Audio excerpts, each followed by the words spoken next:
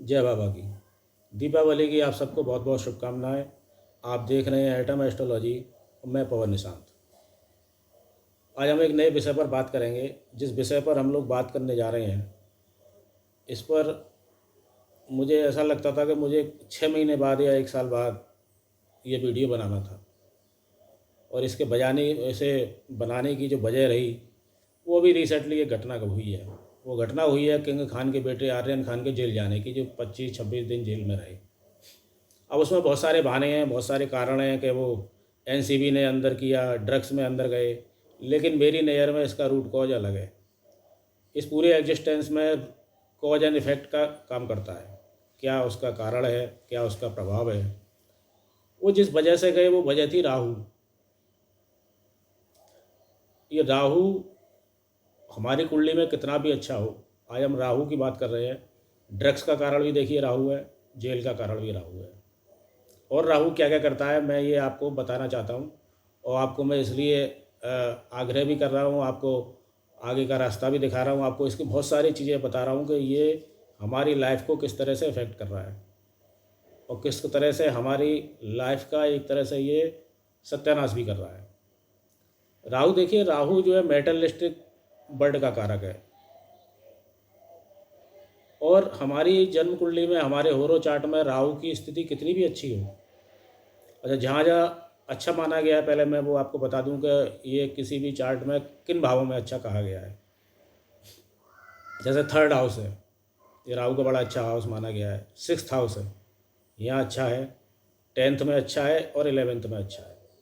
अब यहाँ कितना भी अच्छा हो, वैसे तो राहु हर एक भाव में अच्छा है यदि हम डिग्री वाइज देखें, लेकिन वो नक्षत्रों के आधार पर चले जाएंगे, वो ज़्यादा डीप स्टडी है, आज उस पर बात नहीं करेंगे।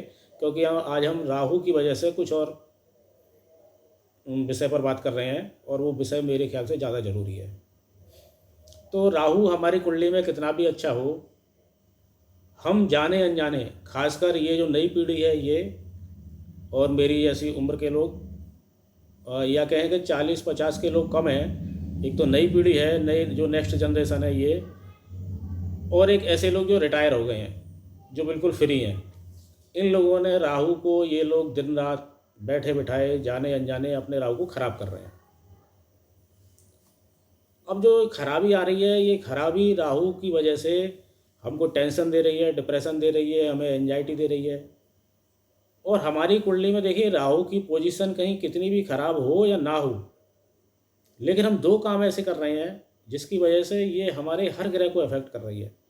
हम राहु को हमने इतना ज़्यादा एक्टिवेट कर लिया है कि हमारा कहीं किसी का जुपिटर खराब हो रहा है, किसी का वीनस खराब हो रहा है, किसी का सैटर्न खराब हो रहा है, किसी का मार्स खराब हो रहा है। और उसके तरह तरह से जो रिजल्ट हैं वो उनके कारकों में आने लगे हैं और आ रहे हैं। तो देखिए, मैं आपको बताऊं कि राहु, जैसे मैंने आपको बताया, ये मेटलिस्टिक वर्ल्ड में का काम करता है। राहु जो है डिजिटल चीज़ों का, डिजिटल डिवाइस का कारक है। तो सबसे पहले राहु मोबाइल का कारक है। मोबाइल भी राहु की देन है। और जो बुध है, मरकरी, मरकरी हमारा 3rd हाउस का नेचुरल कारक है। और 3rd हाउस कम्युनिकेशन का है, मीडिया का है, हमारे हाथों का है, और सबकॉन्शियस माइंड का भी है। अच्छा, एक कहानी आती है पौराणिक, एक कहानी है पुराणों में जो है ग्रहों के बारे में, कि जब राहु को, इसको बुध को पता चला कि चंद्रमा उसके फादर नहीं है, वो बड़ा नाराज़ हो गया। तो वो आवाराओं की तरह घूमने लगा और वो घर से निकल गया। तो सबसे पहले उसका जो दोस्त बना वो शनि था और फिर राहु था। राहु को बुध बड़ा प्रिय था, बुध को राहु बड़ा प्रिय था। और आज भी हम जो जोशी लोग मानते हैं कि राहु और बुध की जो युति है वो अच्छी होती है। अब ये अच्छी युति जो है ये कितना खतरनाक काम करती है, मैं आपको ये बताने जा रहा हूँ। जैसा मैंने आपको बताया कि जो मरकरी है वो नेचुरली 3rd भाव का कारक है, उसका स्वामी है। बुध हमारे हाथ है और राहु मोबाइल है। अब आप क्या कर रहे हैं? तो 24 घंटे हैं, उसमें आप मुश्किल से 6-7-8 घंटे सोते हैं, और जो बाकी टाइम बचा हुआ है उसमें 1-2 घंटे आप अपने नित्य कर्म में निकाल लें, तो पूरे दिन करीब 10 घंटे से लेकर 12-13-14 घंटे तक मोबाइल आपके हाथ में रहता है। अब आप देखिए, आपकी चार्ट में बुध की राहु का कोई कॉम्बिनेशन हो या ना हो, कोई एस्पेक्ट दोनों का आपस में हो या ना हो, दोनों का एक दूसरे के साथ युति हो या ना हो, लेकिन आपने तो राहु अपने हाथ में पकड़ रखा है ना, क्योंकि आपका जो बुध है वो आपके हाथ है, मोबाइल राहु है। तो ये क्या कर रहा है, जो थर्ड हाउस है वो थर्ड हाउस हमारा सबकॉन्शियस माइंड भी है। यहाँ से मन के अंदर की जो स्थिति है, जो आत्मा के 4 कंपोनेंट हैं जिनमें बुद्धि है, चित्त है, वृत्ति है और मन है। तो चित्त का 16वां आकाश जहाँ हम कहेंगे तो जो सबकॉन्शियस है, सबकॉन्शियस लेवल पर सबकॉन्शियस में ही हमारी कई बार मेमोरी बहुत ज़्यादा चली जाती हैं और रहती भी हैं। और जो मेमोरी है, जो स्मृतियाँ हैं, वो इसी जन्म की नहीं है, पता नहीं कितने जन्मों की अरबों खरबों स्मृतियाँ हैं जो हमारे हर सेल में हैं। देखिए, मैं जो आपको ये वीडियो में जो बता रहा हूँ, इसमें साइंस भी है, साइकोलॉजी भी है, आध्यात्म भी है, और इसमें हमारा शारीरिक शास्त्र भी है इसमें। तो ये बहुत सारी स्मृतियाँ जो हमारे अंदर हैं, इसमें 80% 90% स्मृतियाँ खराब स्मृतियाँ हैं। तो जो सबकॉन्शियस माइंड है वो बुध है, वो मरकरी है, और मोबाइल हमारे हाथ में है। तो मोबाइल से क्या आ रहा है, आप देखिए कि आज हर व्यक्ति के हाथ में मोबाइल है, लेकिन यदि आप ईमानदारी से आकलन करें, अपना विश्लेषण करें, तो आप खुद देखेंगे कि आप मोबाइल का यूज पूरे दिन में जो उसका सदुपयोग है वो 20% होगा, और जो उसका मिसयूज है वो बहुत हो रहा है। कितनी तरह से हो रहा है, कहाँ का आप मिसयूज हो रहा है, आप ही कर रहे हैं। उसका आप बैठ के आप डायरी लिख सकते हैं, एक पेज पर पूरा लिख सकते हैं, और पेज पे लिखना शुरू करेंगे तो हो सकता है आप 2-4 पेज भर दें। पर डे आप उसका इतनी तरह से मिसयूज करते हैं। तो मिसयूज करने से क्या हो रहा है कि सारी चीज़ें हमारे चित्त के 16वें आकाश में इकट्ठी हो रही हैं, हमारी स्मृतियाँ बन रही हैं, खराब स्मृतियाँ बन रही हैं। स्मृतियाँ जब सबकॉन्शियस माइंड में चली जाती हैं तो सबकॉन्शियस माइंड हमारा कुछ अलग तरह से बिहेव करता है। अच्छा, हमारा शरीर 7 तरह का शरीर है। तो जो कारण शरीर है, स्मृतियाँ वहाँ जाके सबसे पहले अटैक करती हैं। कारण शरीर में जाके वो, जब हम टेंशन में, डिप्रेशन में लगातार होते हैं, लगातार जब हम नेगेटिव चीज़ें देखते हैं, चाहे हम सोशल मीडिया पर देख रहे हो, मोबाइल में देख रहे हो, कुछ भी कर रहे हो, सुन रहे हो, किसी से कह रहे हो, किसी भी के भी माध्यम से ये चीज़ आपके पास पहुंच रही हो, तो जब सबकॉन्शियस माइंड में ये इकट्ठी हो जाती है तो ये हमारे कारण शरीर को अफेक्ट करती है। यानी वहाँ हमारा किसी ना किसी डिजीज का बीज पड़ जाता है। उसका असर कहाँ आता है, वो हमारे भाव शरीर पर आता है। यानी भाव शरीर पर वो पेड़ बन जाता है, और स्थूल शरीर पर क्या होता है, स्थूल शरीर पर वो हमारे रोग बन जाते हैं। कैंसर है, डायबिटीज़ है, बीपी है, लिवर की प्रॉब्लम है, किडनी की प्रॉब्लम है, एड्स की प्रॉब्लम है, हेपेटाइटिस बी की प्रॉब्लम है, मतलब कोई भी रोग, कोई भी ऐसा असाध्य रोग वो धीरे धीरे बन जाता है। तो हमने उसे क्या किया, हमने जाने अनजाने उन खराब स्मृतियों की वजह से, उस खराब मेमोरीज की वजह से, कुछ गलत चीज़ें सुनने, कहने की वजह से, देखने की वजह से वो हमने वहाँ डाल दी हैं जाने अनजाने। तो इस तरह हमारा राहु खराब हो रहा है, हम अपने बुद्ध को खराब कर रहे हैं, और बुद्ध के जरिए दूसरी चीज़ों को खराब कर रहे हैं। मान लीजिए आपकी कुंडली में शुक्र बहुत अच्छा है। शुक्र कहाँ का अच्छा होता है, चौथा भाव है, आपका 12वां भाव है, इन जगह शुक्र अच्छा है। दूसरा भाव है, लग्न में भी ठीक ठाक ही होता है। यहाँ आपका शुक्र बहुत अच्छा है, लेकिन आपने क्या किया, राहु का आपकी कुंडली में शुक्र से कोई लेना देना नहीं है। किसी भी आप ज्योतिषी को अपना चार्ट दिखाएंगे तो कहेगा नहीं जी, आपका राहु से कोई ना आस्पेक्ट है, ना दोनों की युति है, कंजक्शन है, ना कोई एक दूसरे के स्टार या सबलॉर्ड में भी नहीं है, लेकिन आपका शुक्र खराब हो रहा है। कारण क्या है, कारण ये है कि आपने राहु को एक्टिवेट कर रखा है। वो कैसे कर रखा है कि जो हमारा बेडरूम है वो शुक्र है। आप बेडरूम में सबसे ज़्यादा मोबाइल का इस्तेमाल कर रहे हैं। जब आप बेडरूम में सबसे ज़्यादा मोबाइल का काफ़ी इस्तेमाल करेंगे तो आपका शुक्र खराब होना शुरू हो जाएगा। ये आपकी मैरिटल लाइफ में प्रॉब्लम करेगा, ये एक्स्ट्रा मैरिटल अफेयर कराएगा, और स्पाउस के साथ आपकी प्रॉब्लम बढ़नी शुरू हो जाएगी, टेंशन बढ़ना शुरू हो जाएगा।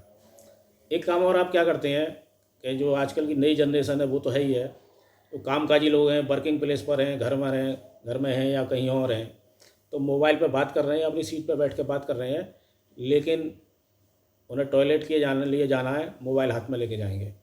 वो टॉयलेट में ले जाते हैं, रिफ्रेश रूम में ले जाते हैं, वॉशरूम में ले जाते हैं, और बाथरूम हुआ, टॉयलेट हुआ, रिफ्रेश रूम से हम किसी भी तरह से कहें, ये क्या है, ये राहु का सबसे प्रिय स्थान है। जब आप मोबाइल एक बार टॉयलेट में लेके जाते हैं तो उस टॉयलेट में जो राहु की जो बहुत ज़्यादा एक्स्ट्रा ऑर्डिनरी एनर्जी है वो सब मोबाइल के साथ आप ले आते हैं। और आपका राहु बहुत बुरी तरह से एक्टिवेट होता है, वो बुध को भी बहुत बुरी तरह से एक्टिवेट करता है। अब जैसे गुरु है, जुपिटर है, आपकी कुंडली में जुपिटर बहुत अच्छा हो सकता है। जुपिटर लग्न का है, द्वितीय भाव का है, चतुर्थ भाव का है, आपके 5th हाउस में है, या 9th हाउस में है, या 12th हाउस में जुपिटर अच्छा है। लेकिन जब आप राहु को एक्स्ट्रा ऑर्डिनरी आप एक्टिवेट करेंगे तो जुपिटर डाउन होना शुरू होगा ही होगा। जो कॉज एंड इफेक्ट मैं आपको बता रहा हूँ, जो एग्जिस्टेंस में चीज़ें किस तरह से काम करती हैं, एग्जिस्टेंस में सह अस्तित्व है हर चीज़ का। नेगेटिव पावर, नेगेटिव एनर्जी भी है और पॉजिटिव एनर्जी भी है। ये आप पर डिपेंड करता है कि आप किस एनर्जी को इन्वाइट कर रहे हैं और किस एनर्जी को किस तरह से एक्टिवेट कर रहे हैं। आप जब राहु को एक्टिवेट करेंगे तो आपका जुपिटर कहीं ख़राब होगा, और कहीं ये नेचुरली आपके जो आपकी कुंडली की जो स्क्रिप्ट है उसमें उन दोनों का कहीं कॉम्बिनेशन है किसी तरह से, तब तो वो बहुत ही ज़्यादा ख़राब हो जाएगा। अब बुध है, मरकरी इंटेलिजेंस का कारक है, और राहु जैसे मैंने आपको बताया वो मेटेरियलिस्टिक चीज़ों का है। आप जब राहु को एक्टिवेट करेंगे या मोबाइल को हद से ज़्यादा इस्तेमाल करेंगे तो मरकरी की इंटेलिजेंस कहाँ लगेगी? वो राहु उसे अपनी तरह से यूज करेगा। राहु के बारे में कहा जाता है, राहु केतु के बारे में, कि जिस प्लेनेट के साथ होते हैं, जिस राशि में होते हैं, उसके सारे गुणों को अडॉप्ट कर लेते हैं। ये एजेंट हैं, ये हर प्लेनेट के एजेंट हैं। जिसके साथ होते हैं उसकी खूबियाँ कमियाँ अपने ऊपर अपने साथ अपने में समाहित कर लेते हैं। तो मरकरी की इंटेलिजेंस को वो कहाँ ले जाएगा? राहु मेटलिस्टिक वर्ल्ड में ले जाएगा। आपका सोच, आपकी बुद्धि, आपका कार्य व्यवहार आचरण सब मेटलिस्टिक चीज़ों को पाने में, हाउ अप करने में लगा रहेगा, और किसी भी चीज़ की अति अच्छी नहीं होती है। इसी तरह से मान लीजिए किसी तरह से आपकी कुंडली में राहु और चंद्र का कोई मेल हो गया है, कोई संबंध बन गया है, तो आप मेंटली गए काम से, आप मेंटली परेशान रहेंगे, ये दिक्कत आएगी। शनि से कोई रिलेशन हो गया है, आपके करियर में दिक्कत आएगी। तो मेरा कहने का आशय ये है कि आप राहु को हद से ज़्यादा एक्टिवेट ना करें। देखिए होता क्या है कि जब स्थितियां ख़राब हो जाती हैं, आप बीमार पड़ गए, कोई बड़ी डिजीज हो गई, या आप टेंशन में हैं, लगातार डिप्रेशन में हैं, लगातार डिप्रेशन में, डीप डिप्रेशन में आप चले गए हैं, या मान लीजिए कोई केस, कोर्ट केस हो गया है, जेल जाने की नौबत आ गई, या किसी कोई भी कारण हो सकता है, आप एडिक्ट हो गए हैं ड्रग्स के, ये भी चीज़ें हो सकती हैं। और जब आप ज़्यादा एक्टिवेट कर लेते हैं तो आपने दो चीज़ें देखी होंगी, और यूथ जो है, ये जो जनरेशन है, ये इस बात को मानेगी जो मैं आपको बताने जा रहा हूँ। यदि आपका राहु कुंडली में कितना भी अच्छा हो, लेकिन आपने यदि उसे हद से ज़्यादा एक्टिवेट कर लिया है, तो आप देखेंगे कि आपकी चाय पीने की आदत बहुत बढ़ जाएगी। आप हद से ज़्यादा चाय पीते हैं, आप गरम गरम चीज़ें खाना पसंद करेंगे, ये सब चीज़ें होनी है। और हो सकता है और आप स्मोकिंग करें, तम्बाकू खाएं, ये सब चीज़ें आदत पड़ जाएंगी, एडिक्ट हो जाएंगे आप, ये चीज़ें हो जाती हैं। और जब ज़्यादा डीप हो जाता है, ज़्यादा ही ओवर एक्टिवेशन हो जाएगा, तो आप ड्रग्स लेने लगेंगे। आर्यन खान का भी मामला यही है। देखिए वहाँ ड्रग्स आया, वहाँ लालछन आया, वहाँ बदनामी आई और जेल आई, इन सब का राहु ही कारक है। इस तरह से आपके भी चार्ट में जो आपकी स्क्रिप्ट है, आप कहीं ना कहीं अपने राहु को ज़्यादा ओवर एक्टिवेट कर रहे हैं, और ये आपको प्रॉब्लम देता है। और प्रॉब्लम देने के बाद क्या होता है, आपको कोई रोग हो गया तो आप किसी डॉक्टर के पास जा रहे हैं। अब डॉक्टर क्या कर लेगा? उसके पास सिर्फ उसकी एक ही हैसियत है कि वो आपके शरीर की बीमारी का पता लगा के आपको दवा देगा या सर्जरी करेगा। वो उस रूट कॉज का पता नहीं लगा सकता कि ये बीमारी आई क्यों है। जो बीमारी आपकी खराब स्मृतियों की वजह से आई, वो उन स्मृतियों को नहीं काट सकता है। वो आपके शरीर की चिकित्सा करेगा, ना कि आपके कारण शरीर की चिकित्सा करेगा। अब आप किसी जोशी के पास जाएंगे, जोशी आपकी कुंडली को देख के कहेगा भाई आपकी कुंडली में तो राहु बड़ा अच्छा है, आपको ये प्रॉब्लम उसे पता है कि राहु की वजह से है, क्योंकि राहु के जितने भी सिग्निफिकेटर हैं उनमें से कुछ सिग्निफिकेटर आप में साफ दिखाई दे रहे हैं। आप डिप्रेशन में हैं, साफ पता चल रहा है। बहुत सारी चीज़ें हैं राहु के जितने भी हैं, 100, 200, 300, 400 जो भी सिग्निफिकेशन है। कभी मौका मिलेगा तो मैं इस पर वीडियो बनाऊंगा कि राहु के हर प्लेनेट के सिग्निफिकेशन में कितनी चीज़ें आती हैं। हर चीज़, कोई भी संसार की कोई भी वस्तु ऐसी नहीं है जिसका कारक कोई ना कोई प्लेनेट ना हो। तो आप किसी जोशी के पास लेके जाएंगे तो वो आपका चार्ट देखेगा और वो ये समझ ही नहीं पाएगा कि ऐसा हो क्यों रहा है। वो कहेगा जी आपके चार्ट में तो राहु की स्थिति बड़ी अच्छी है, लेकिन इसे ये पता नहीं है कि आपने इस राहु के साथ क्या व्यवहार किया है। आप इसे जो बार बार टॉयलेट में लेके जा रहे थे, आप इसे बार बार जो बेडरूम में बात कर रहे थे, ये आप किचन में बात कर रहे थे, ये आप सोते उठते जागते, आप जब सुबह सबसे पहले हम जब सो के उठते हैं तो मोबाइल चेक करते हैं, रात को सोते हैं तो मोबाइल को पूरी तरह से देख के घंटे 2 घंटे तब सोते हैं। आपने उसकी इतनी हद कर दी है, ये उसे नहीं पता है, ये कॉज ज्योतिषी को नहीं पता है। और वो क्या करेगा, वो कुछ साधारण से आपको उपाय बता देगा। राहु के जो चलता हुआ उपाय होते हैं वो आपको उपाय बता देगा, आप वो रेमेडी ले आएंगे, कुछ दिन रेमेडी करेंगे और फिर आपको साइकोलॉजिकली लगेगा कि आपको कुछ फ़ायदा हो रहा है, लेकिन हकीकत ये है इससे कोई फ़ायदा नहीं होता है। किसी भी छोटी रेमेडी से कोई फ़ायदा नहीं होता है, ये मन की शांति है। सबसे अच्छी रेमेडी है कि आप अपनी एक्टिविटीज़ में सुधार लाएँ। आप इस जो एडिक्ट आप हो गए हैं मोबाइल के, आप उसमें कमी करें। आप इस एडिक्शन को धीरे धीरे से दूर करें, मोबाइल से कम हाथ लगाएं। अब देखिए बुध है ना, बुध जो 3rd हाउस का कारक है वो मीडिया है, राहु सेलुलाइड है, राहु पर्दा है। राहु को भी वैसे कुछ लोग कुछ ज्योतिषी जो है मीडिया मानते हैं, और ये सोशल साइट भी हैं। सोशल साइट्स जितनी भी हैं सब बुध में भी आती हैं, राहु में भी आती हैं। और सोशल साइट से आ क्या रहा है, हम लेके आ रहे हैं सारा कचरा है, सारा कचरा आ रहा है। तो जितना आप उस पर टाइम गुजारेंगे, आप देखेंगे कि आपका जो वाइटल एनर्जी है, आपके अंदर की वाइटल एनर्जी, आपके अंदर की पॉजिटिविटी सब धीरे धीरे कम होती जाती है। क्योंकि किसी भी सोशल साइट पर, वो कोई भी उनका नाम क्या लें, किसी पे भी कोई भी ढंग की चीज़ नहीं है जिसे आप पढ़ सकें, जिसे आप देख सकें, जिसे आप किसी से कह सकें। और उसका कुछ परसेंटेज है तो 5 या 10% है। तो मेरा आपसे यही आग्रह है कि आप राहु को ओवर एक्टिवेट ना करें, मोबाइल को कम से कम हाथ लगाएं, जब बहुत ज़रूरत हो तभी आप बात करें, और सोशल साइट्स पे भी कम से कम ध्यान दें। इससे आप धीरे धीरे क्या होगा, अभी क्या हो रहा है, अभी ये हो रहा है कि अभी आपको लगता है कि आप जिंदा हैं, यानी आप सिर्फ जिंदा हैं, आप जी नहीं रहे हैं। उसके बाद में जब आप ये करेंगे तो आप जीने लगेंगे। लाइफ एक बिल्कुल अलग चीज़ है, जीवन एक अलग चीज़ है, जिंदा रहना बिल्कुल डिफरेंट चीज़ है। जिंदा वो लोग रहते हैं जो डिप्रेशन में रहेंगे, तनाव में रहेंगे, बहुत ख़राब स्मृतियाँ होंगी, बड़ी नेगेटिविटी उनके संग में, वो जिंदा रह रहे हैं। अभी आपको तय करना है कि आपको करना क्या है, आपको जीना है या जिंदा रहना है, ये आपको देखना है। और इसके हिसाब से आपको अपने राहु के साथ में अपने जीवन के संग में व्यवहार करना है। और ये वीडियो उन्हीं के लिए है जो जीना चाहते हैं, अच्छी तरह जीना चाहते हैं, पूरी वाइटल एनर्जी जो चाहते हैं कि हम जीवन में कुछ करें, उन लोगों के लिए मैंने वीडियो बनाया है। आपको ये अच्छा लगे तो इसे लाइक करिए, लेकिन लाइक तभी करिए जब आपको मेरे विचार पसंद आएँ और आप इन विचारों को अपने जीवन में उतार पाएँ, कुछ आप सीख पाएँ, तो आप इसे लाइक करिए। मुझे पता है इस पर लाइकिंग ज़्यादा नहीं आएगी, क्योंकि कुछ ऐसी चीज़ें हैं, वो पूरा एक फंडामेंटल एक पीछे से चला आ रही हैं चीज़ें, जहाँ आप 10 साल से, 12 साल से, 15 साल से लगातार मोबाइल यूज कर रहे हैं, आप उसके एडिक्ट हो गए हैं और आप इसे छोड़ने वाले नहीं हैं। आपके पास में इसके 50 बहाने हैं कि हम मोबाइल को नहीं छोड़ सकते या मोबाइल का कम यूज नहीं कर सकते, इसका भी आपके पास बहाना है।